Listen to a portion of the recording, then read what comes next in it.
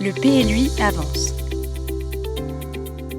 Après avoir dressé le diagnostic en 2022, puis défini le projet politique pour les 15 prochaines années à travers le PADD en 2023, parlons aujourd'hui des règles d'urbanisme qui en découlent et qui vont s'appliquer à la parcelle sur tout le territoire.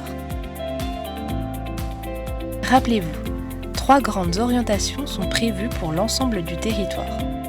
Mais comment se traduisent-elles concrètement dans notre quotidien ? C'est là que le règlement du PLUI entre en jeu. Applicable à l'ensemble des communes de Grand Besançon Métropole, il prend la forme d'un zonage et d'un règlement écrit.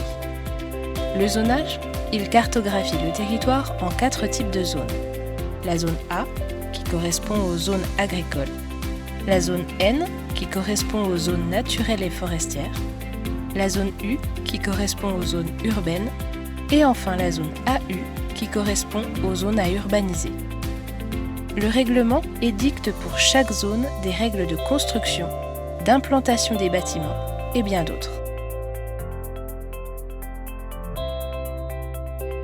Dans les zones U et AU, chaque projet de construction ou de réhabilitation peut avoir un impact significatif sur notre cadre de vie. Des règles d'urbanisme sont établies pour permettre à ces projets de s'intégrer au mieux dans leur environnement. Ces règles couvrent différents domaines, tels que la distance des constructions par rapport à la voirie et aux propriétés voisines, la hauteur des bâtiments et des clôtures, la préservation des espaces verts, ainsi que les exigences en matière de stationnement. Dans certains secteurs, des orientations d'aménagement et de programmation, OAP, seront définies en plus du règlement.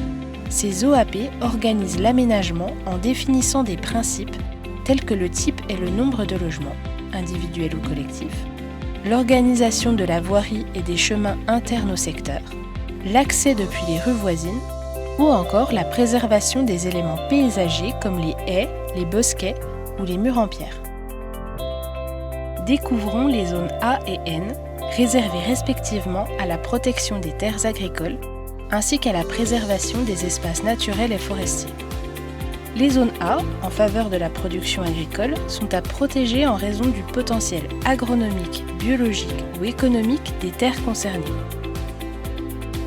Les zones N sont répertoriées comme ayant un réel intérêt environnemental, par exemple une zone naturelle sensible, avec une flore ou une faune à protéger. Dans ces 2 types de zones, les constructions sont interdites ou limitées dans certains secteurs à celles dévolues aux exploitations agricoles et forestières. Le PLUI, c'est un projet d'intérêt commun, façonnant notre cadre de vie collectif. Alors que vous soyez habitant, propriétaire ou entrepreneur envisageant des projets de rénovation, d'extension ou de construction, informez-vous et contribuez à la réflexion. Plusieurs moyens d'expression s'offrent à vous. Des registres de concertation disponibles en mairie, des réunions publiques ou sur le site internet du PLUI.